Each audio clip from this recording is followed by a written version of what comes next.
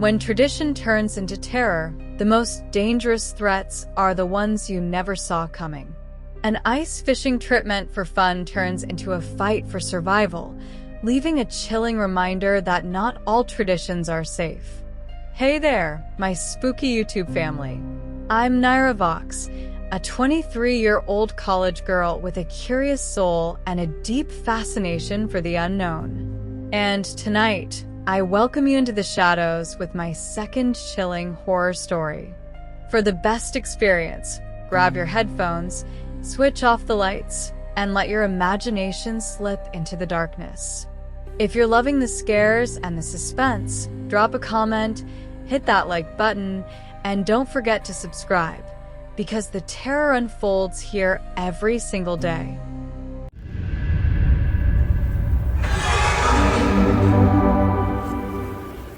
This all took place on New Year's Eve, back in 2017. I'm from Ohio, just outside Cleveland, and I was on my way back home after wrapping up a semester at the University of Rochester.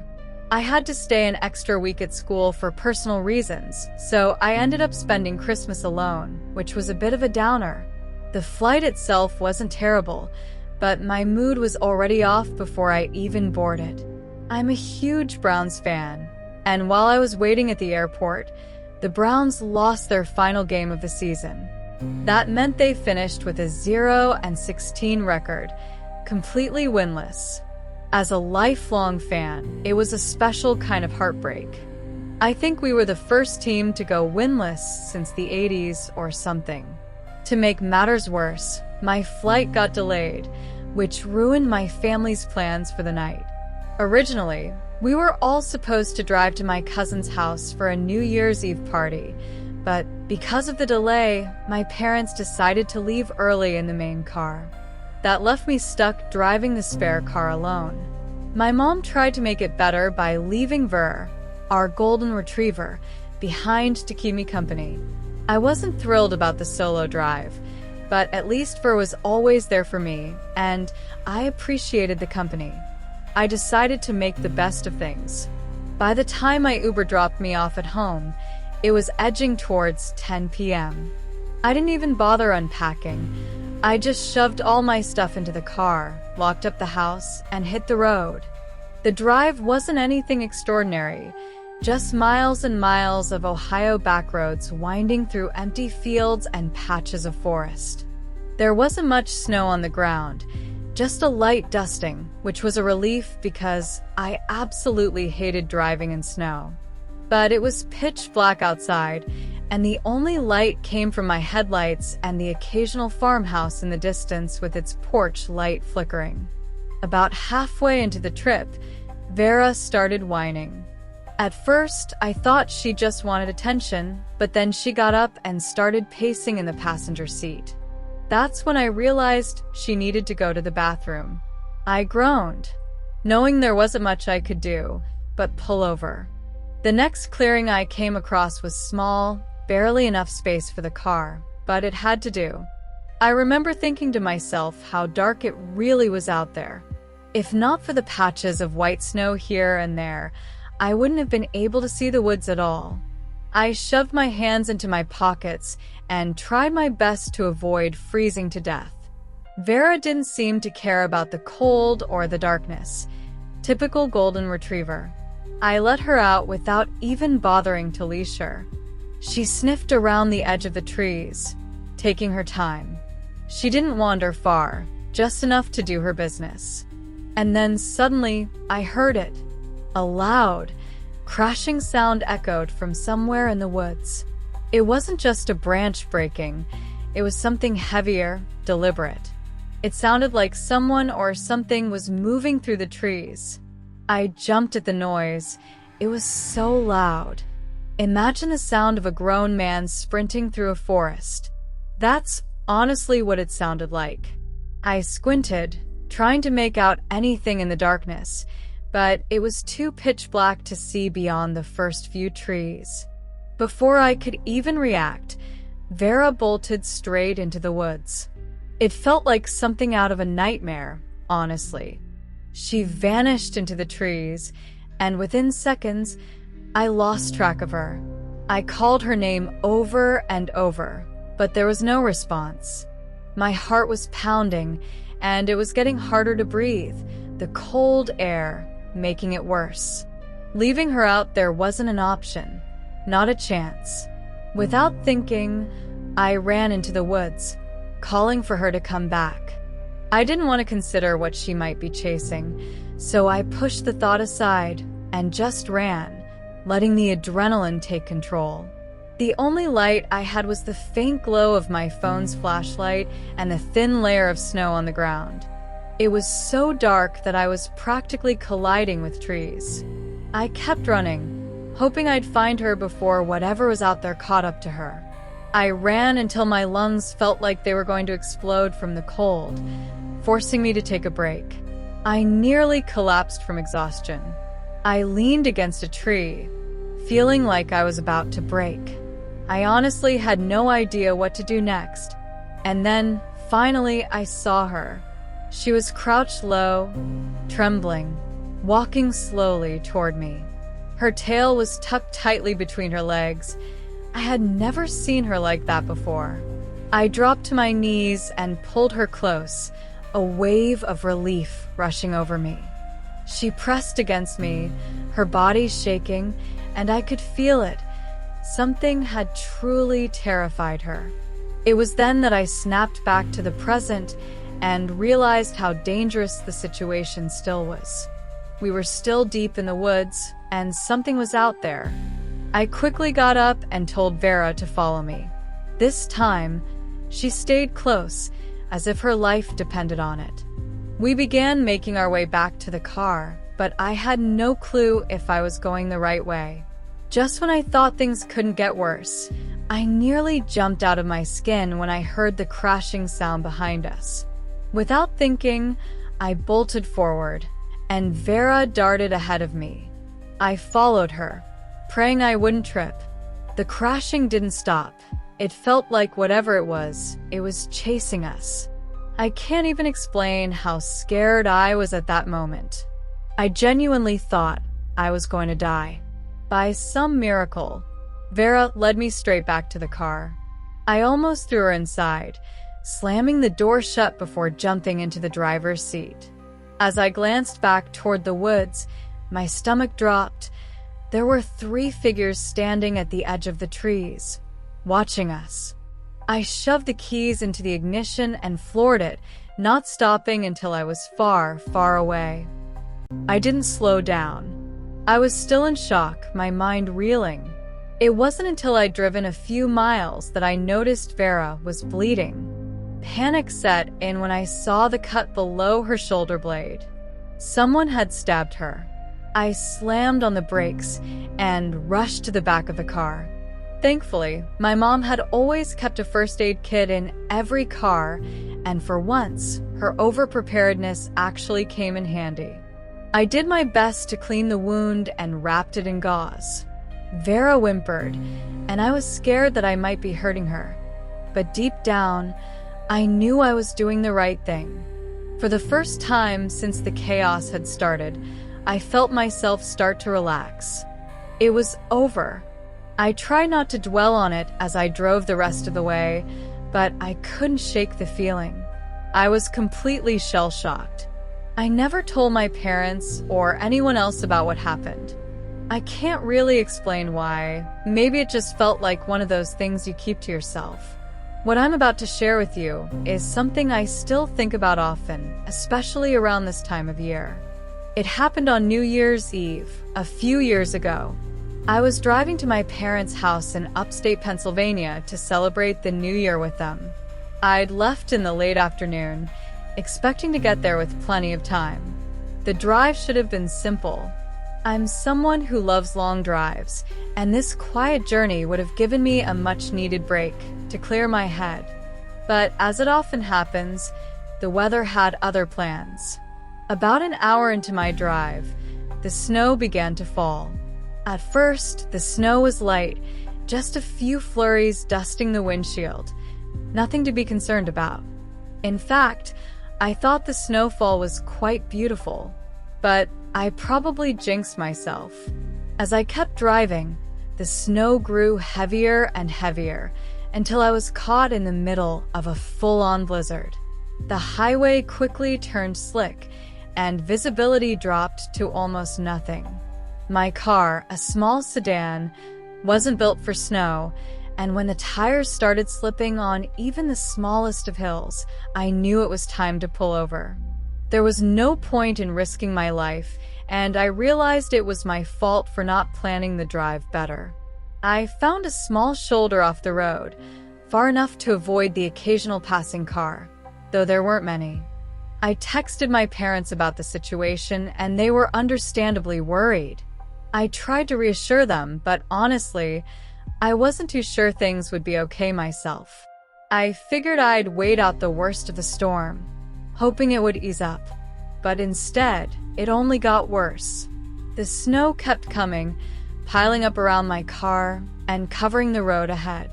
After about an hour, it was clear that I wasn't going anywhere that night. My dad offered to try to come out and get me, but I told him that would be a death wish. I said if the snow didn't let up, I'd have to call the police, a solution he reluctantly agreed with. I really didn't want to involve the authorities, and since I didn't have AAA, calling them was my only real option. I told myself the storm had to let up eventually, and I decided that if it didn't by the time I got tired, I'd make that call. The thought of spending the night in the car was unsettling. I was really worried about running out of gas while trying to stay warm, and I was also concerned about draining the battery if I kept the lights or heat on for too long. So, I ended up turning the engine on and off intermittently, trying to save whatever I could. The wind howled outside, and I started to feel the weight of the isolation. That's when I glanced at my rearview mirror and saw headlights cutting through the storm from behind me. My heart skipped a beat. There was hope. A snowplow had pulled up beside me. I was saved. I rolled down the window as the driver leaned out of his. He was an older man, probably in his late 50s.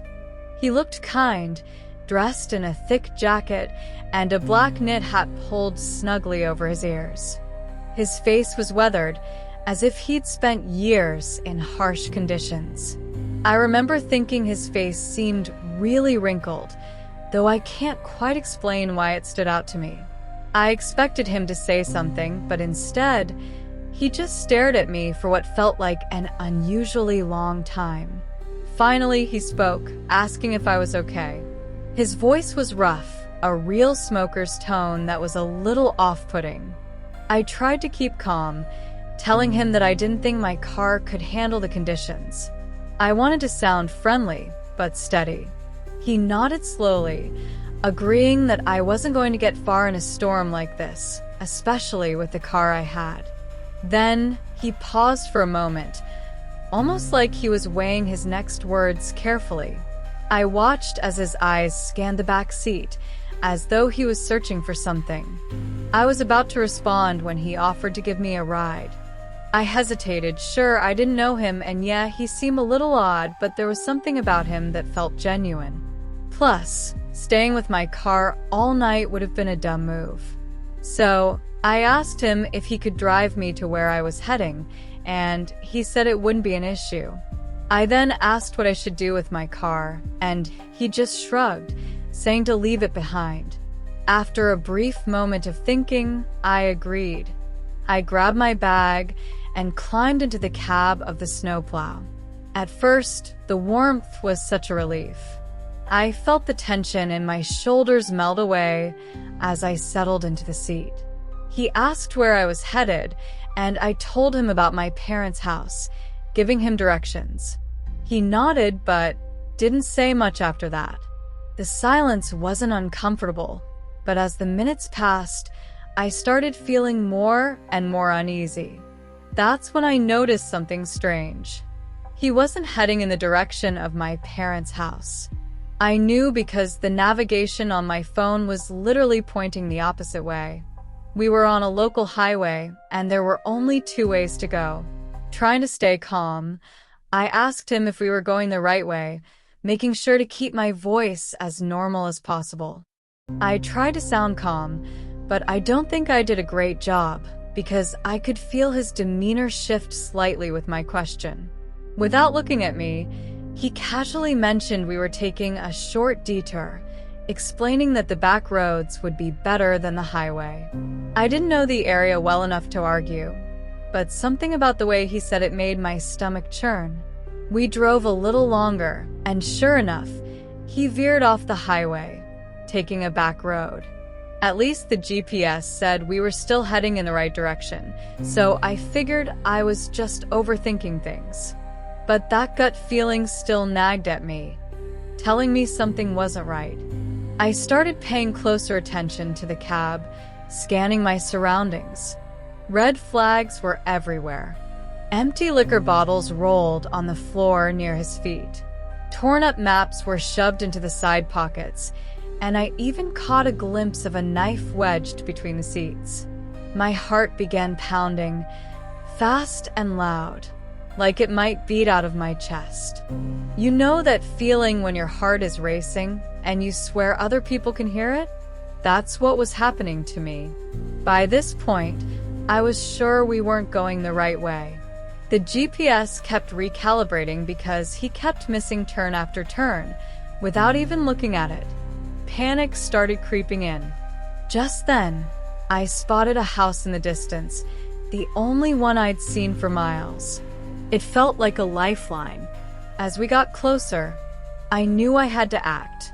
I took a deep breath, grabbed the door handle, and when the moment felt right, I kicked the door open as hard as I could. The cold air hit me like a slap, but I didn't stop. I hit the ground hard and pain shot up my leg, but I didn't care. I forced myself up and started running toward the house. The man shouted something at me, and when I glanced back, I saw him fumbling through the glove compartment, likely going for a gun, for all I knew. I didn't look back again.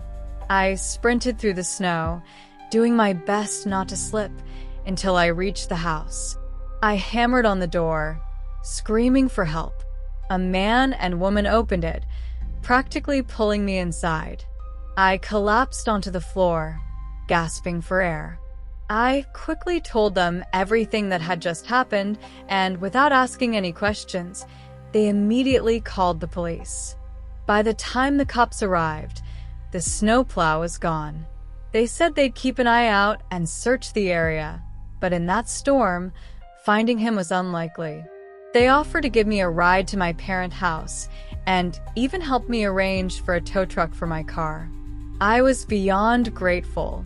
When my dad found out what happened, he was furious. I haven't driven in the snow since that night. I still think about what could have happened if I hadn't jumped out of that car when I did. I've always found that the best moments come from doing something meaningful with a few close friends. I grew up in a rural part of northwestern Ontario, and this happened a couple of years ago. Ever since I was a kid, my dad and his buddies had a tradition of going ice fishing on New Year's Eve while everyone else celebrated. My mom wasn't really around, and we didn't have much extended family, so I spent those nights out on a frozen lake in the freezing cold with my dad, his brother, my brother, and his friends. My dad's no longer around, and my brother moved to Chicago years ago, but I still try to keep up the tradition of ice fishing on New Year's Eve. I'm not sure why, but it feels like I have this obligation to carry it on. My two best friends, Nate and Trevor, are the type of guys you'd expect to be right at home in the wilderness. Think rugged, burly, lumberjack types who are more in tune with the outdoors than society. Honestly, I describe myself the same way. So, the three of us do our best to keep the tradition alive. After all, spending New Year's Eve alone would be a total downer. That day, Nate was driving. His truck was perfect for the job. Big tires, four-wheel drive, and enough room in the back for all our gear. We packed up rods, tip-ups, bait, a sled to haul everything, and a small pop-up shelter to shield us from the worst of the cold. The forecast had called for a clear night, but in Ontario, you never really trust the weather reports. So, we were ready for anything, or so we thought. The lake we were heading to wasn't well known, which was exactly why we loved it.